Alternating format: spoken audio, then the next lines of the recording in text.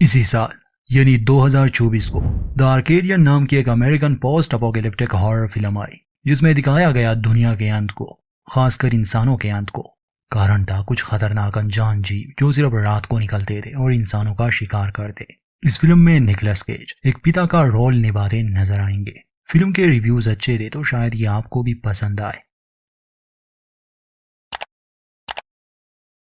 Film की कहानी शुरू होती है तो हमें ऐसा समय दिखाया जाता है जहां अब दुनिया के हालात बुरे थे। करोड़ों इंसान मर चुके थे और बाकी बचे जिंदा रहने की कोशिश में थे। हम पॉल नाम के एक व्यक्ति को देखते हैं जो कुछ जरूरी सामान और एक टेडी बियर लिए चुपके से अपने ठिकाने की ओर जा रहा था। इन शुरुआती लम्हों में ही हम धमाकों की और सायरन बजने की आवाज सुनते हैं, जिसका मतलब कि शायद लोग आपस में ही लड़ने लगे हैं। पॉल शहर से निकलकर एक गाँव में आता है। वहाँ एक केबिन था और केबिन में उसके 2 बच्चे थे जो कि जुड़वा थे। अब हो सकता है पॉल की पत्नी किसी हादसे के कारण चल बसी हो और बच्चों की जिम्मेदारियां पॉल पर आ गई। खैर, पॉल अपने बच्चों का काफी ख्याल रखता है और यहाँ इस इलाके में ही रहने लग जाता है। अब कहानी में 15 साल गुजर गए। वो लड़के अब बड़े हो चुके थे। एक का नाम थॉमस और दूसरे का जोसेफ था। अब दुनिया पहले जैसी तो नहीं रही। बिजली नहीं थी, कोई किसी से संपर्क नहीं कर सकता था। हॉस्पिटल, पुलिस, सरकार सब खत्म हो चुके थे। हर किसी को अपनी रक्षा खुद ही करनी थी। मगर खतरा सिर्फ एक दूसरे से नहीं था बल्कि उन खतरनाक चीजों से था जो रात को निकलते थे। वैसे तो इन लोगों ने घर को काफी सुरक्षित बना लिया था।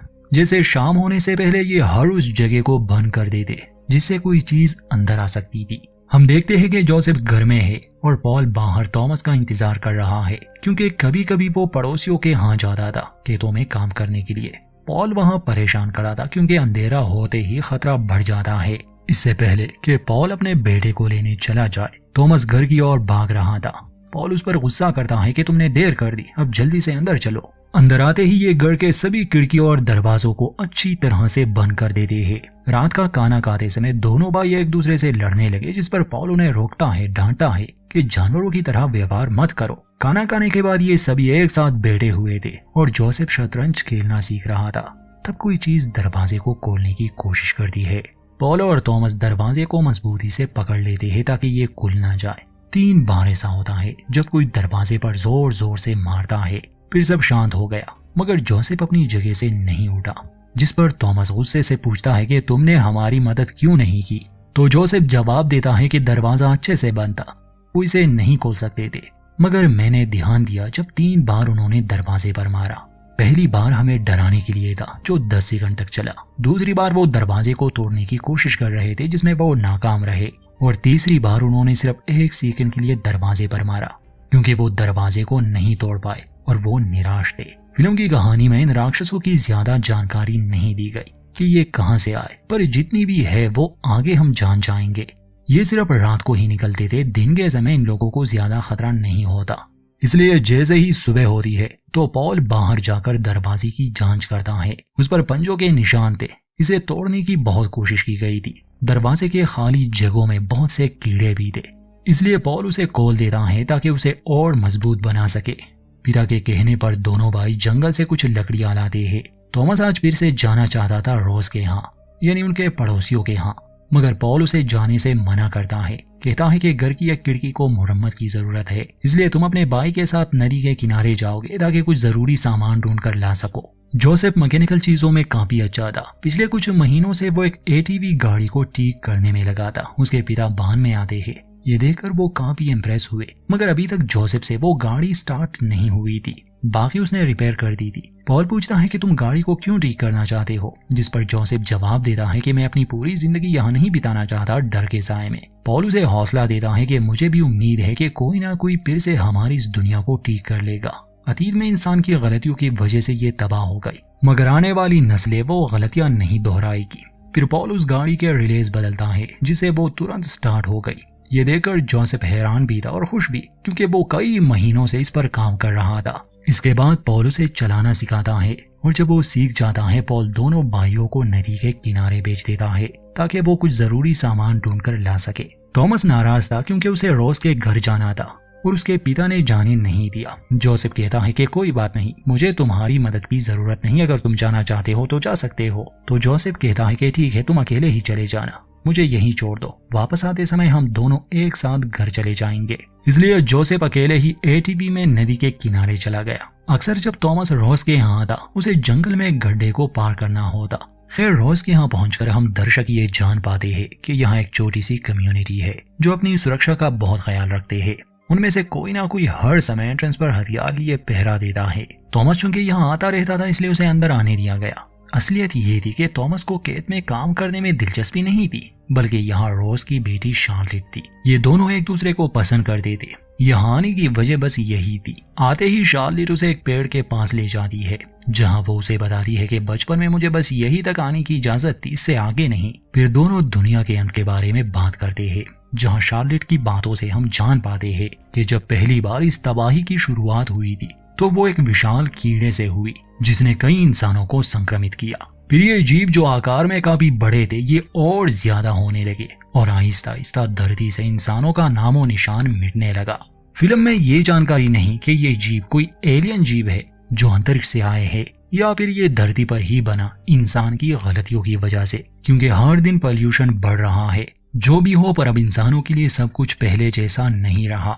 दूसरी तरफ हमें जोसेफ दिखाया जाता है जो नदी के किनारे खराब बोट में जाकर कुछ सामान लेने वाला था, मगर उस पर छोटे कीड़े हमला कर देते हैं, इसलिए उसे बाहर निकलना पड़ा। शाम होने से पहले ही वो घर लौटना चाहता था, इसलिए सब कुछ छोड़कर वो घर की ओर आने लगा। थॉमस ने जहाँ कहा था वो वहाँ उसका इंतजार भी करता है, मगर थॉमस वहाँ नहीं आता तो जोसेफ को लगा शायद वो पहले ही घर जा चुका हो। वहाँ घर पर पॉल को अपने बेटों की फिक्र होने लगी थी। अंधेरा होने से पहले जोसेफ तो घर पहुंच गया मगर थॉमस नहीं, और ये जानकर जोसेफ को भी फिक्र होने लगी कि उसका भाई अभी तक लौट के नहीं आया। इसलिए उसे अपने पिता को सच बताना ही पड़ा कि वो मेरे साथ नहीं गया था, बल्कि रास्ते में उतरकर रोज के यहाँ गया। जब थॉमस घर वापस आ रहा था तो गलती से वो उस गड्ढे में गिर गया जिसे हर रोज उसे पार करना पड़ता था। उसमें गिरते ही वो बेहोश हो गया। पॉल जोसेफ को घर पर रहने का कहता है और खुद थॉमस को ढूंढने निकल जाता है। अब रात हो चुकी थी, तब तक थॉमस को भी होश आ चुका था, मगर वो बुरी तरह फंस चुका था। पॉल उसे ढूंढने आया। वो आवाज लगाता है। पॉल कहता है कि मैं यहाँ हूँ नीचे, मैं गिर गया था और फिर होश में नहीं रहा इसलिए देर हो गई। पॉल किसी तरह नीचे पहुंच जाता है, मगर अब बाहर जाना खतरे से खाली नहीं था, इसलिए वो अपने बेटे से कहता है कि हमें सुबह तक यहीं रहना होगा। वहाँ घर पर जोसेफ अकेला था और उसने दरवाजे को भी सही से बंद नहीं किया था। तो जब वो सो रहा था तो वो जीव दरवाजे के होल में अपना हाथ निकालकर थॉमस को मारने की कोशिश करता है। हालांकि उस जीव का हाथ काफी लंबा था, मगर वो फिर भी उस तक नहीं पहुंच पा रहा था। तो वो धीरे से दरवाजा खोलता है और जैसे ही वो जोसेफ पर झपटने वाला था, जोसेफ ने तुरंत एक रस्सी खींची और वो जीव को एक पिंजरे में कैद कर देता है। असल में वो सोया नहीं था, उसने इस जीव के लिए एक जाल बिछाया था। उसका मकसद था इन चीजों को स्टडी करना, पर अपने पिता के रहते उसे ये मौका नहीं मिल सकता था, इसलिए जब वो घर पर नहीं था उसने ये कदम उठाया। पॉल और थॉमस अभी तक उस गुफा में छुपे हुए थे, सुबह होने का इंतजार कर रहे थे, मगर जल्द ही उन्हें एहसास हुआ कि वो अकेले नहीं, क्योंकि वो जगह उन दानवों से भरी पड़ी थी। वो जमीन से निकलते थे। पॉल के पास एक डायनामाइट था। अपने बेटे की जान बचाने के लिए जैसे ही वो उसे ब्लास्ट कर देता है, वहां मौजूद वो उन दानवों को तो खत्म कर देता है, मगर इस धमाके के कारण पॉल भी काफी घायल हो गया। इसके बाद वो होश में ही नहीं रहा। थॉमस अपने पिता को गुफा से बाहर निकाल देता है। अगली सुबह जोसेफ इन्हें ढूंढते हुए जंगल में आया। अपने पिता को जख्मी हालत में देखकर उसे बहुत दुख हुआ। ये दोनों उसे घर ले आते हैं, मगर इनके पास कोई दवा नहीं थी, ना ही ये जानते थे कि वो कैसे अपने पिता का इलाज करे। घर आने के बाद थॉमस उस पिंजरे को देख लेता है जिसमें कल रात जोसेफ ने उस जीव को कैद किया हुआ था। वो हैरानी से पूछता है कि तुमने ये कैसे किया? तो जोसेफ बताता है कि मैंने जाल बिछाया था और मैं ही चारा बना। थॉमस कहता है कि उस गुफा में मैंने काफी दानवों को मार दिया, मैं इसे भी मार सकता हूँ क्योंकि ये जीव रोशनी में जिंदा नहीं रह सकते, इसलिए जोसेफ ने उस पिंजरे पर एक कपड़ा डाल दिया था। फिर अपने भाई के कहने पर जैसे ही वो उसे बाहर निकाल देता है, वो जीव रोशनी से छुपने की कोशिश कर रहा था, मगर ये दोनों भाई उसे खत्म कर देते हैं। इससे जोसेफ को दुख भी हुआ क्योंकि वो चाहता था कि वो इन चीजों को समझने की कोशिश करे। जोसेफ कहता है कि मुझे कुछ ठीक नहीं लग रहा, ये चीजें समझदार है और हर दिन ये सीख रहे हैं। इनके पिता अभी भी बेहोश थे और उनकी हालत बदतर थी, इसलिए थॉमस अपने भाई को सलाह देता है कि हमें रोज के यहाँ जाना चाहिए, उनके पास मेडिसिन है। वो हमारी मदद कर सकते हैं। इसलिए पॉल को लिए ये रोज के यहाँ जाते हैं, मगर वो लोग इन्हें अंदर नहीं आने देते और रोज साफ साफ इनकार करती है कि हम किसी जख्मी आदमी को अपने साथ नहीं रख सकते, ना ही हमारे पास कोई दवा है। हाँ, वो थॉमस को रहने का कहता है कि अगर तुम रहना चाहो तो रह सकते हो। दोनों भाइयों को बहुत बुरा लगता है, बल्कि वो तो एक दूसरे से ही झगड़ा करने लगे और गुस्से में आकर थॉमस वहीं रह जाता है और जोसेफ अपने जख्मी पिता को लिए वापस घर आया। घर आने के बाद वो देखता है कि चारों ओर मिट्टी पड़ी है, इसलिए उसे शक तो होने लगा। वहाँ शार्लेट थॉमस को अपने रूम में ले आई, जहाँ वो दोनों किस करते हैं, मगर शार्लेट के पिता ये देखकर गुस्सा हो गए, इसलिए वो शार्लेट को बाहर भेज देते हैं। थॉमस बस दवा के लिए आया था, वो अपने पिता और भाई को अकेले नहीं छोड़ना चाहता था। चोरी करते समय जब शार्लेट उसे देख लेती है तो वो खुद उसकी मदद करती है, मगर जब थॉमस निकल रहा था तब एक आदमी उसे रोकता है जो इसी कम्युनिटी का था। वो और उसके दो साथी थॉमस को फार्म हाउस में बांध देते हैं और रात को वो उसे मारने वाले थे, मगर तभी जमीन से वो जीव बाहर निकलना शुरू हो गए और सभी पर हमला करने लगे। शार्लेट के माता पिता ये आवाजें सुनकर जाग गए, मगर बहुत देर हो चुकी थी। वो जीव घर में दाखिल हो चुके थे और उन्होंने शार्लेट के माता पिता को भी मार दिया। किसी तरह शार्लेट बच गई। गन लिए वो फार्म हाउस में आती है जहाँ थॉमस अभी भी बंधा हुआ था, इसलिए शार्लेट उसे छुड़ाती है। वहाँ घर पर जोसेफ को पता चला कि अब ये जीव जमीन खोदकर घर के अंदर आना सीख चुके हैं, और ये तब उसे पता चला जब उसे घर के फर्श में गड्ढा नजर आया, इसलिए वो उसे सामान से भरने लगा।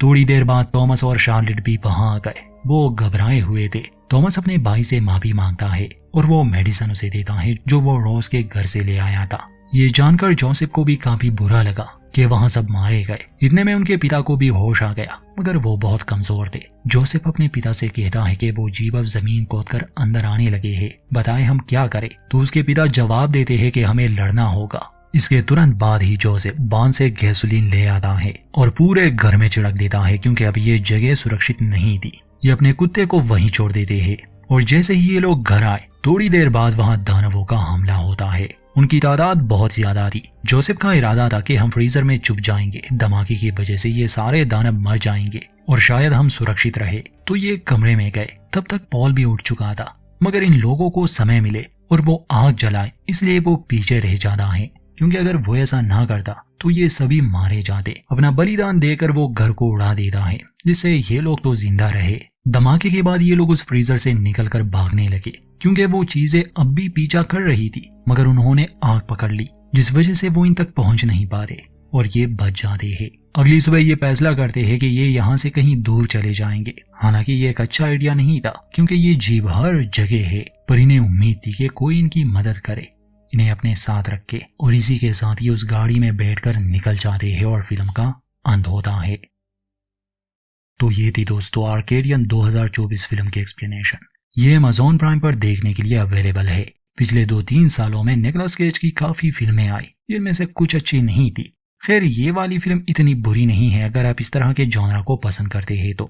हमारी एक्सप्लेनेशन पसंद आई तो लाइक करें, स्टोरी को लेकर अपनी राय जरूर दें और चैनल को सब्सक्राइब करना ना भूलें।